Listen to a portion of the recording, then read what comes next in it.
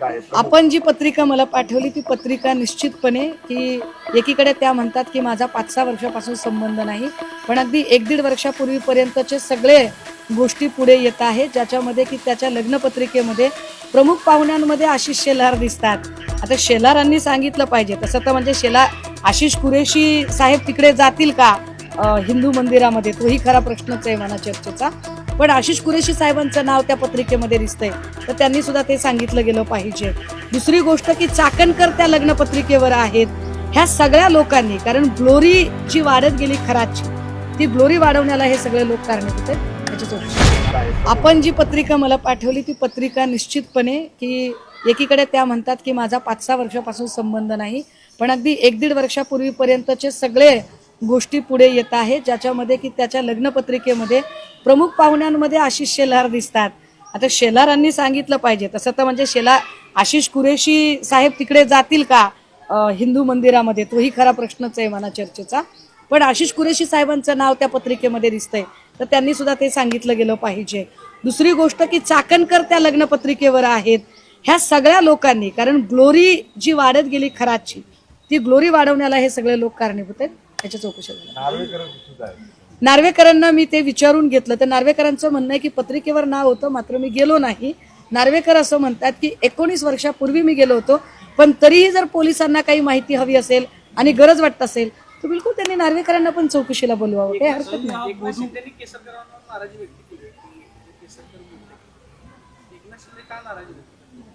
नाही, मी तर म्हटलं ना की केसरकर जे काही बोलले, केसरकरांना हे सुचवायचं होतं का की आहो मी तर फक्त मीडिएटर आहे, परंतु खरातांचे परमभक्त एकनाथ शिंदे आहेत, हे उजेडात आणण्यासाठी जाणीवपूर्वक केसरकर बोलले आहेत का? केसरकर ठरवून एकनाथ शिंदेंना खरातांचा सगळ्यात मोठा वरदहस्त असणारा नेता हे सांगू पाहतायत का? हे आता केसरकरांनी स्पष्ट केलं पाहिजे. बकरा केला जातो असंही त्यांनी शब्द वापरला. कोण बळीचा बकरा करतय? त्यांना काय संबंध आहे बळीचा बकरा करण्याचं? इकडे काहीतरी मला वाटतंय त्या गोरेबाई पण म्हणाल्या की मला विनाकारण मध्ये आणलं जाते.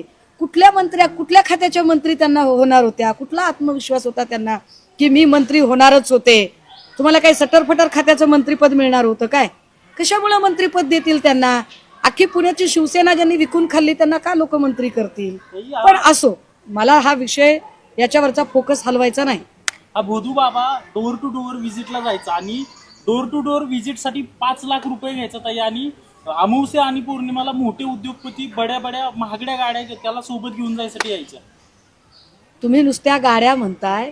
हेमंत गोडसे लोकसभेच्या वेळेला हेमंत गोडसेंना उमेदवारी मिळत नव्हती. हेमंत गोडसेंनी आपल्याला उमेदवारी मिळावी म्हणून खरातला प्रायव्हेट चार्टरने अमित शहा यांच्याकडे घेऊन गेलेला आहे आणि त्याचे सगळे ती माहिती आता पुढे येत आहे. त्यामुळे जे केसरकर जे म्हणतायत की अनेक लोक होते, तर केसरकरांना स्वतःच्याच पक्षातल्या अनेक लोकांना केसरकरांनीच आता स्वतःहून रडारवर आणलेलं आहे. कारण केसरकर म्हटल्यानंतरच आम्ही त्या दिशेने जरा माहिती घेण्याचा प्रयत्न केला. ज्या माहितीत आम्हाला असं कळलं की जो अमित शहा आणि खरात याचा जो फोटो दिसत आहे, हा फोटो त्याच वेळचा आहे जेव्हा हेमंत गोडसेने खरातांना तिकडे नेलेलं होतं. शिक्षण क्षेत्रात देखील याचा दबदबा होता का अशी एक चर्चा सुरू. शालार्थ आयडी घोटाळ्याचा जो विषय आहे, त्या मंत्री असताना त्याच्या खरातच्या भावाला शालार्थ आयडी मिळालेला आहे. एक्झॅक्टली, शालार्थ आयडी घोटाळ्याचा जो विषय आहे या विषयाशी संबंधित इव्हन दो अनेक शाळा ज्यांची पटसंख्या कमी झाली आहे पण मान्यता रद्द होईल का अशी भीती आहे, अशा शाळा वाचवण्यासाठी सुद्धा अनेक संस्था चालक खरातच्या माध्यमातून केसरकरच्या संपर्कात येत होते अशी माहिती पुढे येते. त्यामुळे त्या सगळे संस्था चालक, त्या सगळ्या शाळा यांची सुद्धा चौकशी नक्की झाली पाहिजे. शालार्थ आयडी घोटाळ्यात खरातच्या सख्या भावाला जो शालार्थ आयडी मिळाला तो कसा मिळाला, कोणत्या आधारावर मिळाला, याची सुद्धा चौकशी झाली पाहिजे. ताई, सातारा जिल्हा परिषदेच्या अध्यक्ष निवडीवेळी जो काही राडा झाला होता त्याच्यानंतर विधानसभेत त्याचे पडसाद उमटल्याचं आपल्याला पाहायला मिळत होतं. आता एकनाथ शिंदेंना कुठंतरी थोडंसं नाराजी दूर करण्यासाठी तुषार दोशींना सक्तीच्या रजेवर पाठवले, तर दुसरीकडे मुंबईच्या आयुक्तपदी भिडेंना बसवण्याचंच का सुरू झालंय असं. मुळात तुषार दोशीच्या निलंबनाचा जो आदेश काढला होता तो आदेशच इतका चुकीच्या पद्धतीने निघालेला आहे. नीलम गोरे स्वतःला कितीही विद्वान समजत असल्या तरी जी गोष्ट आपल्या अधिकार क्षेत्रात नाही त्या गोष्टीवर त्यांनी ती कृती करायचा प्रयत्न केला. तुषार दोषींचं निलंबनच करायचं होतं तर ते निलंबन फलटण संपदा मुंडे प्रकरणामध्ये ज्या पद्धतीने त्यांनी चाकणकरांना बोलायची संधी दिली, प्रेस घ्यायची संधी दिली, तिथेच दोषी चुकलेले होते आणि तिथेच दोषींना बिलकुल त्यावेळेला त्यांचं निलंबन करता येऊ शकत होतं. किंवा जिथे तुषार दोषींनी सातारा प्रकरणामध्ये तो प्रकाश शिंदे या शिंदेचा भाऊ नाही अशी तद्दन चुकीची माहिती देण्याचा प्रयत्न केला, तेव्हा सुद्धा तुषार दोषींची कार्यपद्धती ही बिलकुल पक्षपाती आहे हे स्पष्ट झालं होतं. परंतु नीलम गोरेंनी याच्यातल्या एकाही गोष्टीवर कॉग्निझन्स घेतला नाही. आता विधान परिषदेत वर्णी लागण्यासाठी, स्वपक्षीय नेत्यांना खुश करण्यासाठी म्हणून त्यांनी निलंबनाचा आदेश देणं हे अतिशय चुकीचं होतं. या सगळ्यांच्या मध्ये आत्ता तुषार दोषीला सक्तीच्या रजेवर पाठवणं आणि भिडेंची आयुक्तपदी नियुक्ती करणं, याच्यात मी वेगळं सांगायची काय गरज आहे. सूर्यप्रकाश इतकं स्वच्छ आहे की मुख्यमंत्री मित्र पक्षाला व्यवस्थित सेट करत आहेत. नीलम गोरे काल असं म्हणाले आहे की माझ्या निरोपाच्या शेवटच्या भाषणामध्ये मुख्यमंत्र्यांनी माझा गौरव केला, एकनाथ शिंदेंनी गौरव केला म्हणून काही जणांच्या पोटात दुखतोय आणि महापालिकेमध्ये काही जणांना यश मिळालं नाही म्हणून तर हे हितचिंतन करत नाही. म्हणजे स्वतःच्याच पक्षामधल्या काही नेत्यांवरती तुम्ही अंकुश केलेलं पाहायला मिळालं. नीलम गोरेंचं हे सगळं प्रकरण जे आहे किंवा नीलम गोरे मंत्रिपदासाठी गेलेल्या होत्या हे सगळं नक्की कसं बाहेर आलं? नीलम गोरे या प्रचंड कर्मकांड करणाऱ्या आहेत हे वेगळं सांगायची गरज नाही. नीलम गोरे काल जे म्हणाल्या की आम्ही फार महिलांच्यासाठी काम करते, कोणतं काम केलं? खराच्या प्रकरणात नीलम गोरेंनी किती पत्रकार परिषदा घेतल्या? मणिपूरच्या प्रकरणात नीलम गोरे कुठे होत्या? बदलापूरचं प्रकरण झालं तेव्हा नीलम गोरेंची भूमिका काय होती? परभणी पाथरीमधल्या सोनपेठमध्ये एका छोट्या बालिकेवर अत्याचार झाला त्यावर नीलम गोरेंची भूमिका काय होती? सासपडेमध्ये जे मुलीच्या बाबत झालं त्यावर नीलम गोरेंची भूमिका काय होती? त्यामुळे नीलम गोरेंनी उगाच मोठ्या मोठ्या गप्पा मारू नयेत.